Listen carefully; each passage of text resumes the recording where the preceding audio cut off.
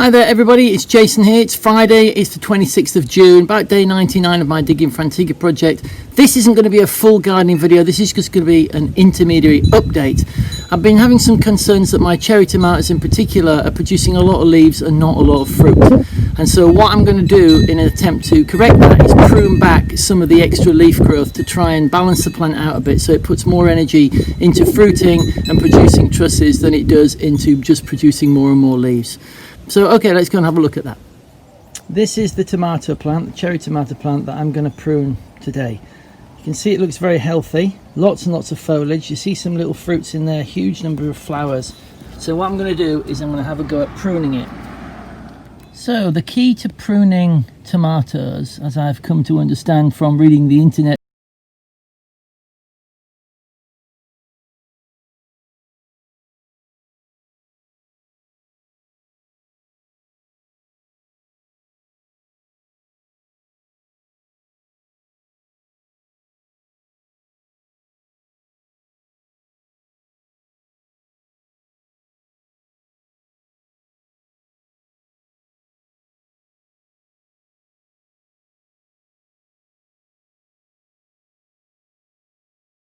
and you don't get as much fruit as you maybe think you should.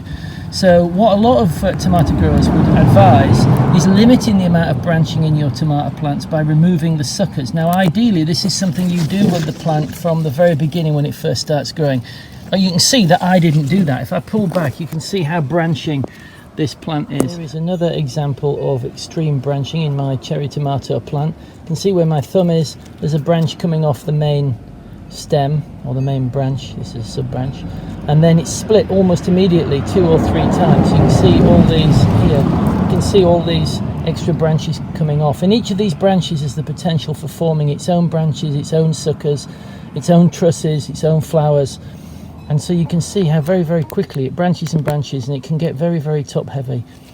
So what I'm going to try to do now is pinch out some of these extra branches. Some growers think just leave them and let the plant, if it can bear the weight, let the plant produce as many trusses as it wants, and then you can just get extra fruit potentially. But I'm not getting extra fruit. Now that might be a feeding issue, so I'm going to start feeding my tomato plants a little bit more often. But I'm going to thin this plant out. The way I've been doing it is using scissors and using my fingers. Now I just had a little look on the internet. Apparently that's not a good idea, because one problem you can have, every time you prune the plant you create an open wound, and that can allow infection to get into the plant. So botrytis, which is a kind of fungal disease, is particularly a problem on tomato plants, and every time you break the plant's skin then you stand a chance of putting it in. So the idea is you do this when the plant's young, so that any wounds that you create are very small, because obviously the branches and the suckers are smaller.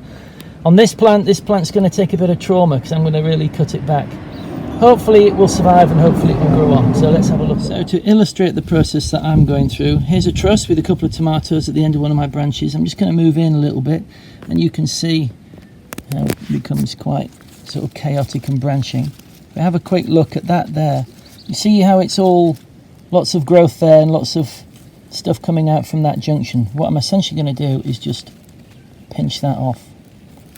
So like that, if you can see. So now I've cleaned that area up a little bit.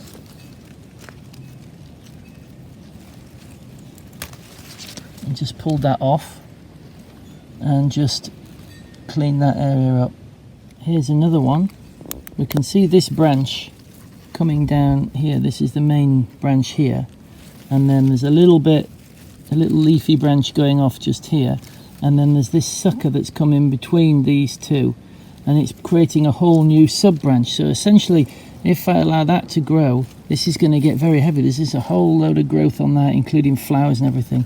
It's a little bit difficult to decide whether to cut that off, because it's obviously producing flowers and it could produce fruit.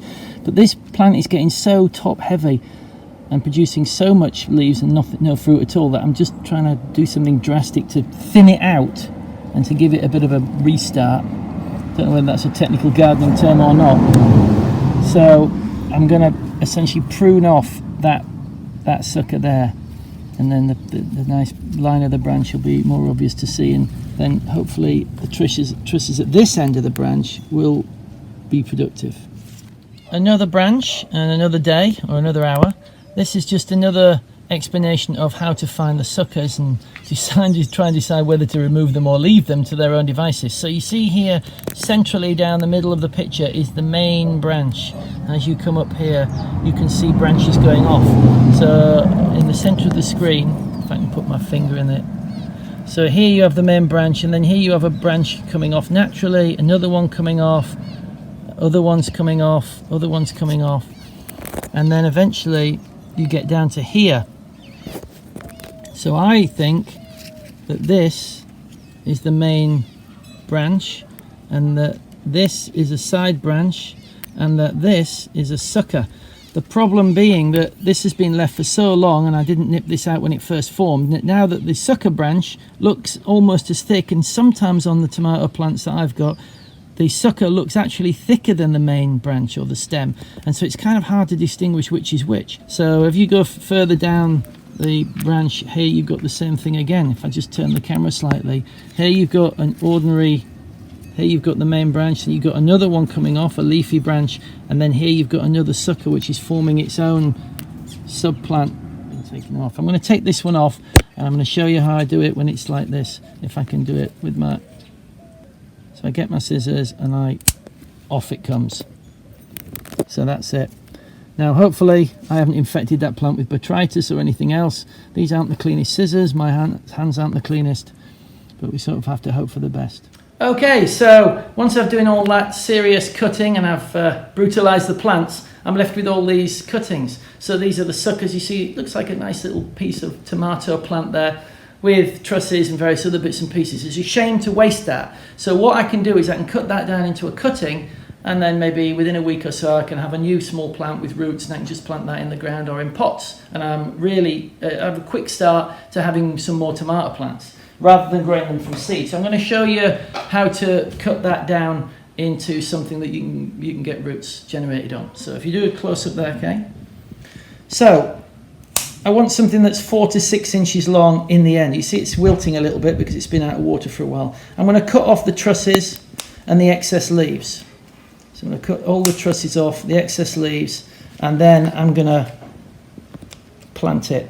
So I think probably cut that one off, probably cut that off, maybe leave those leaves. So you want 2 or 3 leaf sets, not very many leaves, so you haven't got a lot of transpiration going on that is pulling all the water out of the stem and the plant. So it gives it a little bit of a breathing space. It's still alive, still photosynthesizing a little bit, but it's going to be able to pull up enough water through this cut at the bottom to keep it alive long enough to form roots, and then we can put it in the ground or in a pot. So then what you do after you get that is you can either put it straight in the water like that, or you can, and in the same way that we do with the sweet potatoes, or you can get a little bit of rooting powder. I'm not sure that rooting powder is essential for tomatoes, but I like to just wet it a little bit. Just put it in. You see you get a lot of excess. Give it a bit of a shake to take the excess off, and then just put it straight in. Let me just move that out of the way. Can you see that? Yeah. And then you just put that in. Just push it all the way down and just compact the soil. And then the way that you tell whether that's rooted is in about a week or so, if the leaves haven't all dropped off and died, and if it doesn't look completely dead, give it a little bit of a tug, and if there's a bit of resistance, that probably means that there's some roots have been formed in the intervening period, and you're sort of home free. Okay, so today is Monday the 6th, is it the 6th of July? So it's about 11 days since I did the last video when I first made these cuttings. That was the 26th of June. And I just thought I'd update you and show you whether or not these things have rooted, whether or not they're still alive. So if we have a look down here, these are the ones on your left, the ones are in the soil. I put a bit of rooting compound on them, put them in the soil. And the ones in the middle and the ones on the other side have just been rooted directly in water. The difference between the two sets of cuttings is these are, in the middle are regular tomatoes, just ordinary kind of big tomatoes, and then the ones in the other white plastic container are cherry tomatoes. So you can see there are fewer cuttings than there were 11 days ago. Part of the reason for that is that some of these cuttings didn't really make it. So, especially when you put them in the water, so quite a few of them go manky, rotten, whatever you want to describe it. They don't really survive the process. But let's just have a look, see if there's any roots on any of these. So these are the cherry tomato ones. Okay, so this one has started to root quite well. So you can see it's still alive. It looks reasonably healthy. There's a little bit of brown on the leaves. but it's reasonably healthy and it's got some roots. See, the area below it has started to rot just a little bit, so before I plant that I might well cut that bit off. Another one here, you can see this area here has kind of gone a bit rotten, but further up the stem, and certainly close to this joint here where I prune this branch, there's a root coming out, there's roots coming up here. So let's have a quick look at some of the others. Okay, so you can see these have got quite a lot of roots on. These cuttings, the ones from the regular tomatoes, didn't rot off the same way as the cherry tomatoes did. So you can see that these have got lots of roots on, and they're rooting right from the very end of the cutting, whereas the cherry tomato ones seem to have rooted a little bit further up, just underneath the junction of one of the branches for some reason. I'm not really sure. I'm just going to use a little bit of plastic, like a label, to sort of leverage them out. I don't want to damage the roots if there are any roots. Okay, so there's not a lot on that one, just one tiny little root. This one is rooted, you can see there's roots at the bottom. I wouldn't say that's any better than the ones so far that have been in the water. One more, making me feel mean picking these guys out of the ground. Oh, this one's got a lot more roots on it. I don't know if you can see if I move some of that soil slightly out of the way. Obviously you're not really supposed to do this, just doing it for an experiment. So you can see some of the rooting powder is still on there, and these have got roots. So I think that the upshot of this, probably for me, is that I planted six cuttings directly into soil. They've all survived, they're all still alive, they've all seemed so far to have roots on. The ones I put in the water, the ones that did best were the regular tomato plants, whereas the cherry tomato plants seem to find it a little bit more challenging in the water. So maybe half of them didn't make it. So I don't know, take of that what you will. Maybe the soil is the better way to go, but you can root them in water.